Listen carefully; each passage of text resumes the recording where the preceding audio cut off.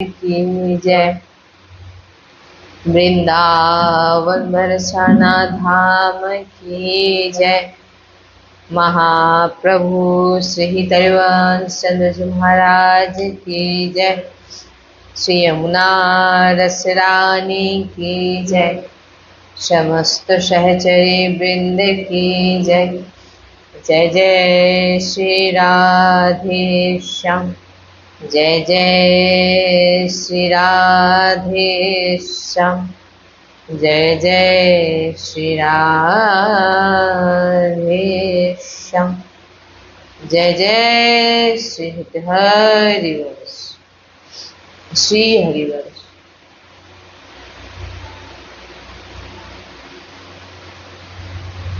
জীবনে সুখী থাকার মহামন্ত্র।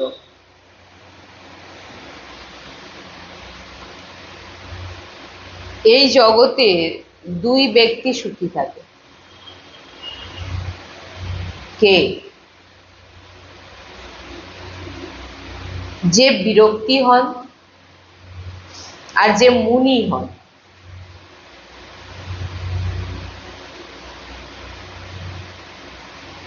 মানি না একান্ত জীব নাহা, যে মুনি হন।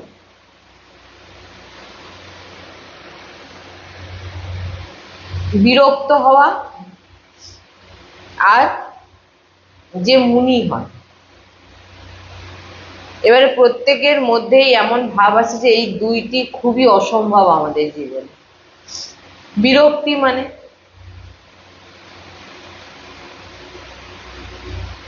বিরক্তির কথা বলতে গেলে সব ভয় পায় যে একটা আলাদাই রূপ বুঝে রেখেছে মানুষ। বিরক্তি বাবা আমরা হতে পারবো না, আর মুনিও আমরা হতে পারবো না। মুনি হওয়াও খুবই অসম্ভব আর বিরক্ত হওয়াও খুব অসম্ভব। তাহলে কি হবে? তাহলে কিভাবে? কারণ বলছেন যে সুখী যদি কেউ হতে চায় তো এক বিরক্তি তিনারা সুখী হন, আর যিনি মুনি হন তিনারা সুখী হন। তাহলে এই দুটোর মধ্যে আমরা কোনোটাই হতে পারছি না। খুব ধ্যানপূর্বক শোনার বিষয়। বিরক্তির অর্থ আগে বুঝতে হবে। বিরক্তির অর্থ হচ্ছে মন থেকে সব প্রকারের ইচ্ছের বিসর্জন দেওয়াকেই বলা হয় বিরক্তি। মন থেকে সব কিছু ইচ্ছের বিসর্জন যিনি দিয়ে দিয়েছে তিনি বিরক্ত। আমরা যে ইচ্ছে রাখি সংসার, পরিবার, সমাজ থেকে, ওই ইচ্ছেগুলোকে যদি আপনি বিসর্জন দেন তবেই আপনি বিরক্ত, আর বিরক্তই সুখী থাকেন। যদি আপনি কোনো কিছু ইচ্ছে হৃদয়ে রাখেন, সেটা যদি রাধা গোবিন্দের প্রাপ্তির ইচ্ছে রাখেন, পাওয়ার ইচ্ছে থাকে, সেই ইচ্ছে ঠিক আছে। কিন্তু সংসারে কোনো ব্যক্তি, বস্তু, স্থানের প্রতি যদি ইচ্ছে রাখেন বা নিজের দেহের প্রতি আপনার আসক্তি থাকে, তাহলে কিন্তু আপনি কখনোই সুখী হতে পারবেন না। সংসার আমাদের এই জন্য দুঃখী করে, কারণ আমরা সংসার থেকে কিছু পাওয়ার ইচ্ছে রাখি। আমরা কেন দুঃখী? আমাদের কেউ দুঃখ দিতে পারে না, আমরা দুঃখী নিজে থেকেই হই। কারণ সংসার আমাদের এই জন্য দুঃখী করে, কারণ আমরা সামনের ব্যক্তির কাছ থেকে, সংসারের কাছ থেকে কিছু ইচ্ছে, কোনো কিছু পাওয়ার ইচ্ছে রাখি। বিরক্তস্য কথার অর্থ কারোর কাছ থেকে কোনো প্রকারের ইচ্ছে না রাখা। পিতা ভাবে আমি পুত্রকে বড় করেছি, পুত্র আমার আজ্ঞাকারী হবে,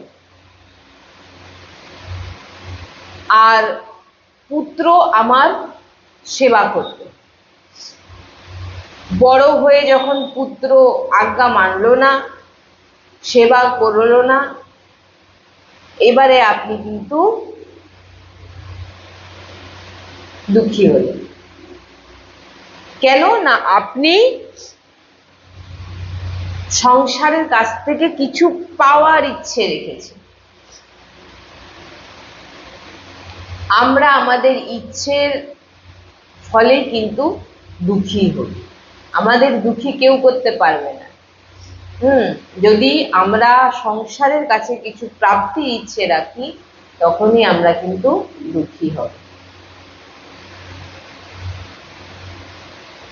বিচার করবেন, ভাবা উচিত যে আমরা দুঃখী কেন, কেন অশান্তি, কেন ভয়, কেন না আমাদের ইচ্ছের কারণে। সব সময় আমরা একটা ভাবনা রাখি, আমার কেউ প্রশংসা করবে, আমি তার জন্য এত কিছু করলাম, সে আমার জন্য এতটুকু সবার কাছে বলে দিক যে ও এই এই করেছে আমার জন্য। আপনি তার জন্য কিছু করেছেন, দিয়ে আপনি তার প্রতি ইচ্ছে কি রাখছেন যে সে আমার নামে প্রশংসা করুক, বা সে তার বদলে আমাকে কিছু দিক, বা আমি তার কাছ থেকে অন্যরকম কোনো সম্মান চাইছি। এইবারে সেই ব্যক্তি আপনাকে সেইভাবে গুরুত্ব দিল না, আপনাকে আপনার প্রশংসা কারোর কাছে করলো না, আপনি এইবারে হৃদয় থেকে ভাবলেন যে দেখো আমি তার জন্য এত কিছু করলাম, এত কি দেখলাম তাকে, কিন্তু সে কিন্তু আমাকে ভাবলো না, আমার একবারও কথাও বললো না। হ্যাঁ, আজ আমি বিপদে পড়েছি, সে আমাকে সাহায্য করলো না, সে কিন্তু দুঃখী হয়নি। কারণ আপনি তার কাছ থেকে কিছু চাইছেন, প্রাপ্তির ইচ্ছে। এই প্রাপ্তির ইচ্ছেই কি হয়, আপনাকে দুঃখ দেয়। আপনি কারো সেবা করছেন বলে এটা নয় যে সে আপনার সেবা করবে। ইচ্ছে রহিত হয়ে,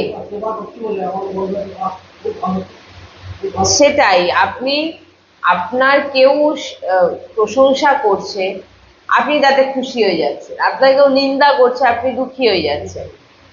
আপনি বলছেন যে ইচ্ছে রহিত হও। তুমি যখন কারোর কাছে কারোর সেবা করছো, কারোর ভালো করছো, কারোকে কিছু দিচ্ছ, তুমি তার কাছ থেকে কিছু আশা করো না যে আমি তাকে এই এই করলাম বলে। পুত্র এসছে, পুত্রকে বড় করার কর্তব্য, বড় করে দিয়েছি, ভালো সংস্কার দিয়েছি, এরপর পুত্র আমাকে দেখলো না, সে আমার সেবা করলো না, আপনি সেটা ভেবে, কিন্তু এটা পুত্রর করা দরকার, কিন্তু আপনি ভাবছেন যেহেতু আপনি ভাগবত এই মার্গের পথিক, তো আপনার তো ইচ্ছে রহিত হবে না, আপনার সংসারে কারোর প্রতি কোনো ইচ্ছে নেই, আপনার সংসারের কোনো ব্যক্তি বস্তু স্থানের প্রতি আপনার কোনো ভাবনা নেই ভিতরে, আপনার তাদের প্রতি কোনো আসক্তি নেই, তাহলে আপনি কেনই ভাবছেন যে এই আমার পুত্র? আপনি সংসারে আপনার পুত্র, কিন্তু ভিতর থেকে আন্তরিক দিক থেকে যদি আপনি ভাবেন, তো আপনার তো যদি কেউ এই সৃষ্টিতে আছে নিজে, সেটা হচ্ছে প্রভু, এছাড়া কেউ নয়। যদি এটাই যদি হয়ে থাকে, তাহলে আপনি আপনার যা কিছু সম্পর্ক সব প্রভুর সঙ্গে, আর সংসারের ব্যক্তি এগুলো সব। সন্তজন বলেছে কি যে সংসার হচ্ছে মিথ্যে, কারণ সংসার বারবার যে আপনার কতবার পুত্র হয়েছে, কতবার স্ত্রী হয়েছে, কত বাবা মা হয়েছে, আপনি কিছু জানেন না, বারবার এই জিনিস ঘুরিয়ে ফিরিয়ে আমাদের জীবনে আসছে। তাই আপনি তাদের কাছ থেকে কিছু চাইবেন যে সে আমাকে সম্মান দেবে, আমাকে দেখবে, আমাকে খাওয়াবে, আমার সেবা করবে, বা আপনি করেছেন বলে সে আপনার করবে। যদি সেবা করো নিষ্কাম ভাবে, যদি তার জন্য তাকে কিছু তার জন্য কিছু করছো, নিষ্কাম ভাবে করো, কোনো রকম ভাবে তার কাছ থেকে কোনো কিছু তুমি পাওয়ার আশা করো না। যদি তুমি সেই ইচ্ছেটা ভিতরে রাখো তাহলে কিন্তু তুমি দুঃখী হবে। দ্বিতীয় হচ্ছে মুনি একান্ত জীবনঃ, বলছেন আর কে সুখী হয় না, যে মনের অনুমোদন করেছে। ভগবান গীতায় অর্জুনকে বলে দিয়েছিলেন যে অন্য ব্যক্তির জন্য অশান্ত নয়, দুঃখী নয়। তুমি অন্য কোনো, বলেছিলেন অর্জুনকে যে অন্য কোনো ব্যক্তির জন্য অশান্ত নয় যে ব্যক্তি, দুঃখী নয়। হ্যাঁ, আমরা যদি বাস্তবিক দেখেন, এই যে ভগবান বলছেন যে তুমি যদি দুঃখ হও অন্য ব্যক্তির জন্যই দুঃখী হচ্ছ। অর্জুনকে বলছেন তুমি দুঃখী কার জন্য হচ্ছ? অর্জুন কিন্তু যুদ্ধ করতে চাইছিলেন না, বলে আমার যদি আত্মীয় বন্ধু বান্ধব সবাই যদি মারা গেল তাহলে আমি তাহলে আমার কি হবে, আর আমি কি আর কাকে নিয়ে থাকবো? যখন ভগবান জ্ঞান উপদেশ করলেন তখন তিনি সবদিকে বুঝতে পারলেন। স্বয়মের চিন্তা, নিজের চিন্তা, নিজের বিচার, নিজের স্বভাব ব্যক্তিকে দুঃখী করে। আপনার কি চিন্তা চলছে ভিতরে আপনাকে দুঃখী করবে? আপনি কার চিন্তা করছেন? সামনের ব্যক্তি আমাকে কিছু বলল, সামনের ব্যক্তির কাছ থেকে আমি এটা আশা করেছিলাম, সে আমাকে এটা করলো না। সামনের ব্যক্তির আমি অনেক সেবা করেছি, সে আজ আমার দরকারে সে আমার পাশে নেই। আপনি কার চিন্তা করছেন? সেই ব্যক্তির চিন্তা করছেন। আপনার প্রত্যেকটা চিন্তায়, প্রত্যেকটা মুহূর্তে সেই ব্যক্তি কিন্তু আপনার চিন্তার মধ্যে ঢুকে আছে। এবারে কি হচ্ছে, আপনার বিচারেও সে, আপনার সেই বিচারের ফলে আপনার স্বভাবও অন্যরকম হয়ে যাচ্ছে। এর ফলে আপনি কি হচ্ছেন? দুঃখী হয়ে যাচ্ছেন। এই সংসার এক সমুদ্র, আর এই সমুদ্রেতে আমরা ডুবে যাচ্ছি। আমরা মানে জীব সব ডুবে যাচ্ছি। কে আমাদের পার লাগাবে? বলে কেউ আপনাকে এই সমুদ্র থেকে বার করবে না, আরো ডুবিয়ে দেবে। হ্যাঁ, এই দুনিয়া তো একদম আপনাকে ডুবিয়েই ছাড়বে যদি আপনি দুনিয়ার হাত ধরতে চান। ধাক্কা দিয়ে আরো আপনাকে সমুদ্রে ফেলে দেবে যাতে আপনি ডুবে যান। যদি এই সংসার সমুদ্র থেকে তুমি ডুবে যাচ্ছ তো শুধু কেবল আর কেবল প্রভুই তোমাকে এই সংসার সমুদ্র থেকে বার করবে, বা সমুদ্রকেই শুকিয়ে দেবে তোমার জন্য। কেউ আপনাকে বাঁচাবে না। আপনার নিজের চিন্তাকে, আপনি নিজের ভাবনাকে, নিজের বিচারকে ঠিকঠাক ভাবে চালান। অন্যের চিন্তা, অন্যের বিচার, সেটা করলো না বা সেটা ভুল করছে, অন্যের বিচার। গুরুজি সবসময় বলেন যে তুমি যত অন্য দিকে দৃষ্টি রাখবে তুমি ভগবতের চিন্তন থেকে দূরে থাকবে। কারণ তোমার চিন্তনে ওই ব্যক্তি আপনার ভিতরে বসে আছে। আপনি বসে আছেন তো চিন্তা করছেন কার? ওই ব্যক্তি চিন্তা করছেন। আপনার কত ক্ষতি হচ্ছে তার কিন্তু কিছু হচ্ছে, কিন্তু আপনার বিকার, আপনার বিচার, আপনার বিবেক, আপনার সব কিছু নষ্ট করে দিচ্ছে। কে করছে? আপনি নিজেই করছেন। স্বয়মের উদ্ধার, ভগবান বলছেন নিজের উদ্ধার নিজে করো।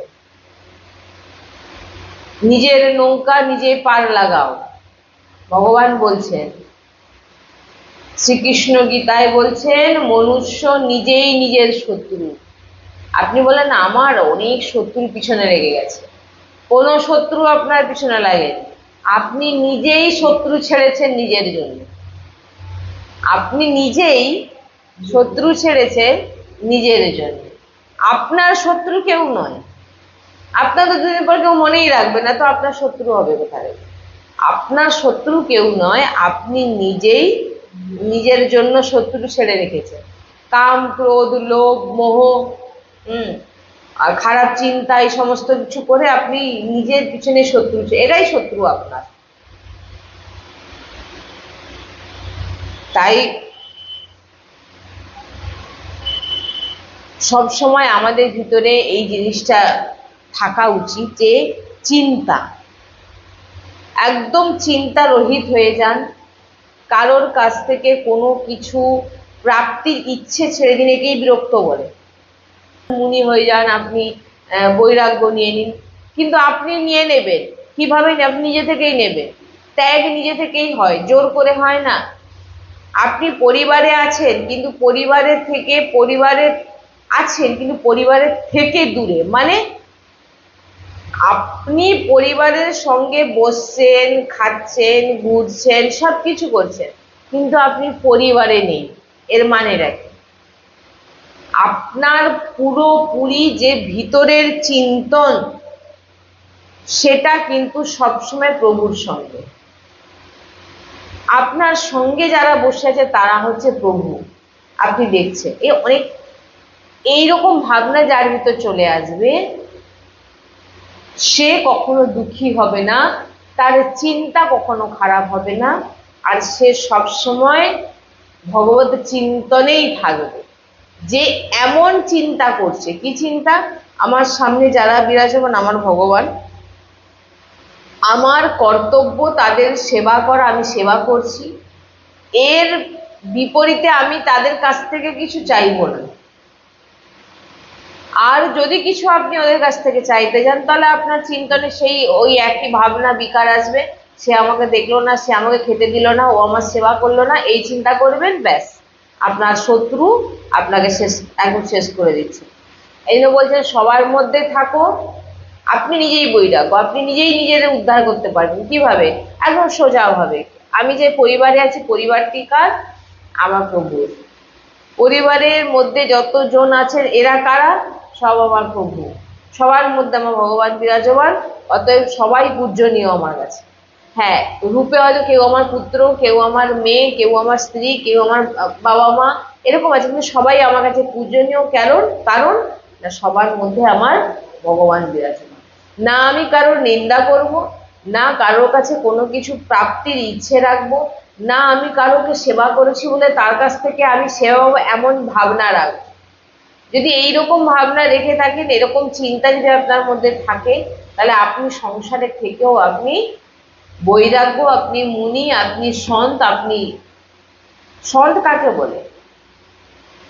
সব ছেড়ে দিয়ে চলে গেছেন বলে কি তিনারা সন্ত নাকি? না, তিনাদের মধ্যে সংসারের যে ভাবনা চিন্তা, আপনি সাধু সন্তের থেকে বেশি তো আমি তো অনেকবার সৎসঙ্গে বলেছি, এবং গুরুজি শ্রীমুখেও শ্রবণ করা বাণী বলি সবসময়। গুরুজি শ্রীমুখেও শুনেছি যে সাংসারিক যিনি সংসার গৃহস্থের থেকে সন্ত হয়েছেন, এরকম অনেক বেশি সন্ত এরকম মানে দেখা গেছে, যিনারা গৃহস্থ কিন্তু সন্ত।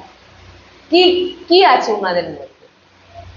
ওনাদের মধ্যে সংসারের প্রতি কোনো আসক্তি ছিল না। তিনাদেরও পুত্র আছে, তিনাদেরও কন্যা আছে, পরিবার আছে, সব আছে,